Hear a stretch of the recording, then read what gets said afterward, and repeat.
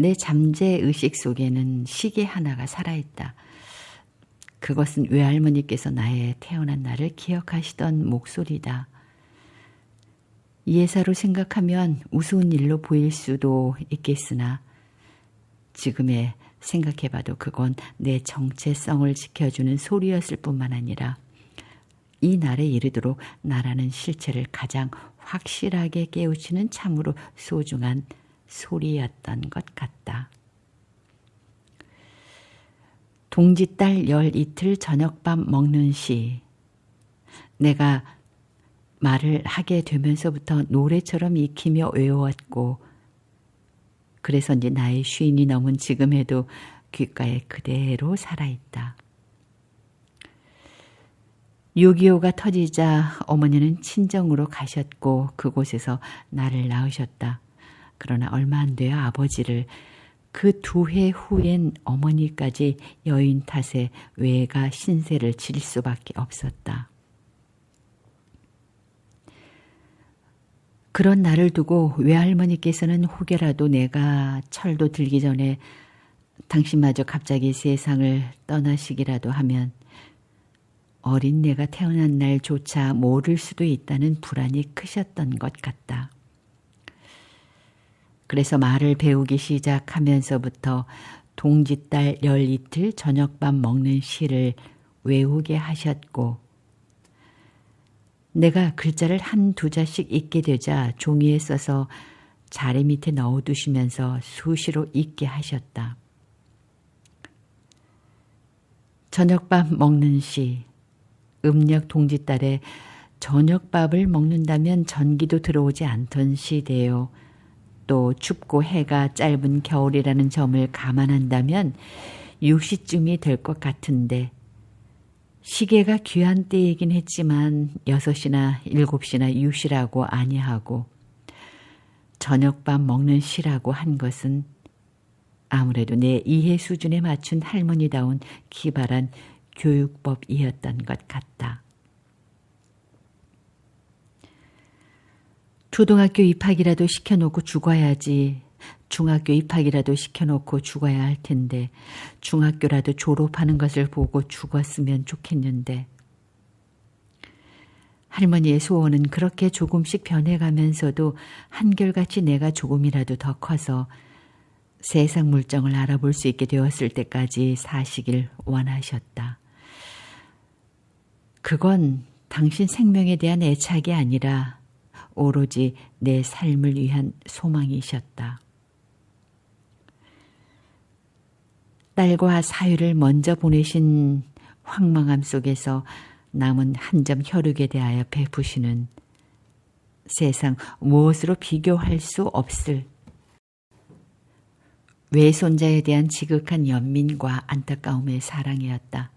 그러시던 할머니는 내가 결혼을 하고 가정도 이루어 남매를 두기까지 사시다가 86을 일기로 돌아가셨다. 작은 아이가 6살이 되었을 때였다. 그러나 다른 외손주들도 많건만 내게서 태어난 내 2 아이들에게는 유난하고 각별히 대해주셨던 게 사실이다. 동짓달 열 이틀 저녁밥 먹는 시는 나를 지지해주는 큰 버팀 나무였다. 단순한 나의 생월 생시를 기억하라는 뜻으로만이 아닌 근본을 확실히 하라는 당부였던 것이다. 자기의 신원도 제대로 모른다면 매사가 확실치 못할 것이라는 할머니의 생각은 내가 자칫 당신이 아니 계실 경우 전후의 불완전한 삶의 환경에서 붙들어주는 이 없이 흘러가다 근본도 모르는 사람이 될까 봐 염려하신 거였다. 그런 외할머니와 신발 하나를 벗어도 다른 사람에게 권리적임이 없게 벗어나야 할 자리에 가지런히 벗게 하시고 남의 집에 가서 앉고 일어설 때 몸가짐에 이르기까지 엄히 교육하시던 외할아버지의 가르치심은 세상이라는 물살새고 흐린 강물을 건너는 중에도 맑은 강물 줄기를 찾을 수 있게 하는 참으로 지혜로운 인도셨다. 다행히 할머니의 우려는 나이로는 기우로 끝났지만 철들기 전 어린 날 뇌리에 심어지던 동짓달 열 이틀 저녁밥 먹는 시는 50년이 넘은 지금까지 어리광이라도 피우고 싶게 하는 할머니의 품이요, 내 삶을 바쳐준 거룩한 사랑이요, 세상에서 가장 든든한 후원의 힘이 되어주고 있다.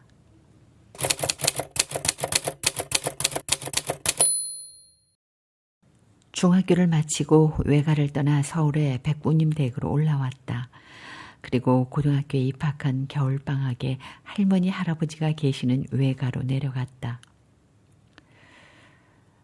떠나온 지 얼마 되지 않았건만 다시 찾은 고향은 10년도 더 된 것 마냥 낯이 설었다. 같이 뛰놀고 학교에 다니던 또래들은 하나같이 대도시로 진학하여 나갔고 자식들의 교육을 위하여 부모들은 도시에 집을 마련하는 등 생활이 아주 많이 바뀌어 있었다. 그러다 보니 외할머니, 외할아버지 사시는 모습은 더욱 쓸쓸해 보였다. 점심을 먹고 났는데 할머니는 선반에서 뚜껑 덮인 상자 하나를 내리시더니 종이에 싼 무언가를 꺼내 푸셨다. 누렇게 변색된 사진들이 나왔다. 모두 6장 나와 관련된 사진들이었다. 할머니는 왜 그때까지 내게 이 사진을 주지 않으셨을까? 할아버지 할머니의 백부님 내외 결혼 전에 숙부와 고모, 사촌형 둘, 내 부모님과 어릴 때 죽었다는 내 형이 함께 찍은 가족 사진인데 아마 나는 그때 어머니의 뱃속에 있었을 것 같다. 그리고 전투복을 입고 동료들과 찍은 아버지의 사진. 7살 때인가 사진관에 가서 막내 이모와 찍었던 사진, 아버지의 증명사진 등 6장의 사진이었다. 아버지와 어머니가 함께 있는 가족 사진을 찬찬히 들여다보았다. 언젠가 할머니께서 한 번 보여주셨던 것 같은데 그땐 너무 어려서였던지 건성으로 보았었다. 지금 생각하니 그런 나를 보시며 아직 줄 때가 되지 않았다고 생각하시곤 다시 넣어두셨던가 보다. 나는 아버지를 많이 닮았다고 한다. 어릴 적 어른들께서 제 아비 쏙 빼놨구나 하시던 말씀이 생각났다. 요즘 들어 부쩍 그 사진들을 자주 꺼내본다. 벌써 반백년이 지나 누렇게 되어버린 사진들. 그 많은 사진 속 사람 중 사촌형 둘을 빼곤 모두 이 세상을 떠나신 분들이다. 왔다가 가는 것이 인생이라 하는데 나이 들어가면서 유별나게 가신 분들을 더욱 그리워함은 또 무슨 이유일까? 사진을 보고 있노라니 추억의 사진첩으로만이 아니라 나를 잊게 해주셨던 분들로서 하나같이 너도 시간이 얼마 남지 않았다, 서둘러라 하시는 것만 같다. 막내 이모가 아직까지도 보관 중인 어머니가 쓰시던 일제 싱가 미싱 한 대와 이 사진만이 유품이요 유산의 전부인 셈이다. 그러나 내게 이 사진은 더 큰 의미가 있다.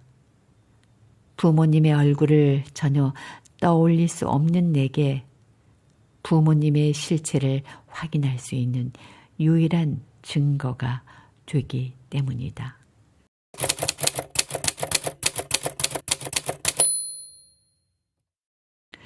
나는 참 내성적이었다.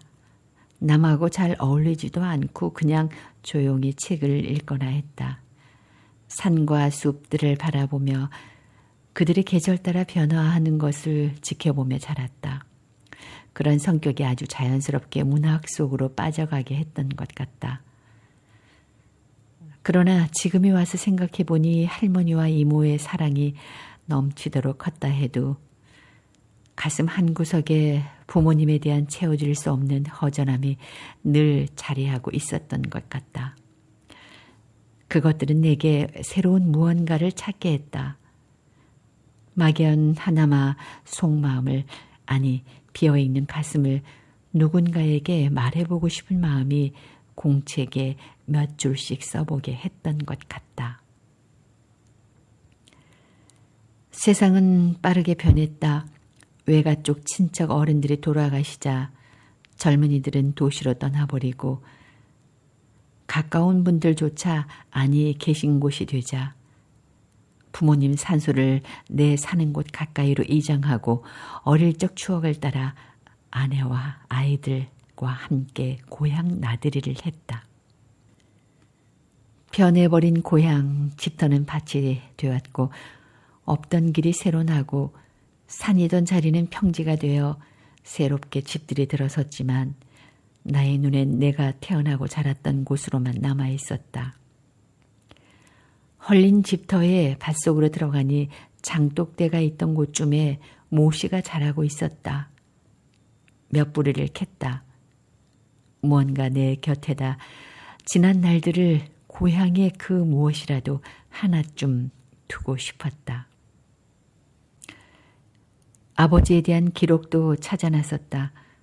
그러나 남아있는 것이 없었다.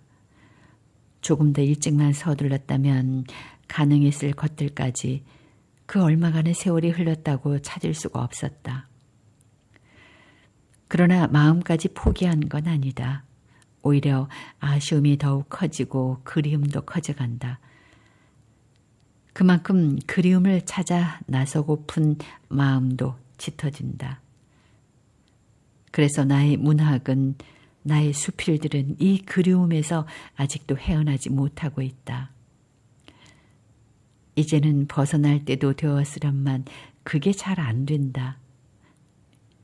이제 아내도 나도 나이 50이 넘었다. 아이들도 다 자라 가정을 꾸릴 때가 되었다. 그렇다면 나도 분명 변해야 되지 않을까? 내가 변해야 내 글도 변할 것 아닌가? 늘 어린아이처럼 옛 것에 매인바 되고 그리움에서 헤어나지 못하는 것은 어른스러움이 아니지 않는가? 하지만 어쩌랴. 시간이 가고 나이를 먹어가도 더욱 진해지고 깊어가는 옛 것에 대한 그리움. 그것은 남은 하찮아 보일지 모르지만 내게는 그것밖에 없는, 결코 포기하거나 버리거나 잊을 수 없는 내 전부인 때문이 아닐까. 동짓달 열이틀 저녁밥 먹는 시. 할머니의 목소리가 내 귀에 여전히 남아있고 누렇게 변해버린 사진 몇 장 속에 내 역사와 떨쳐버리지 못한 그리움의 덩이들은 그나마 내가 생명을 누리고 있음을 확인시키는 참으로 보배로운 재산들이다. 오늘은 사진들을 꺼내놓고 두 아이에게 다시 한번 설명을 해 주어야겠다. 한 번도 뵌 적이 없는 분들이겠지만 나의 설명 속에서 어쩌면 아이들도 아빠의 추억과 고향 이야기를 통해 저들만의 고향 이미지를 만들어낼지 모르겠다. 아니, 그래 주었으면 하는 내 간절하고 부끄러운 소망이다.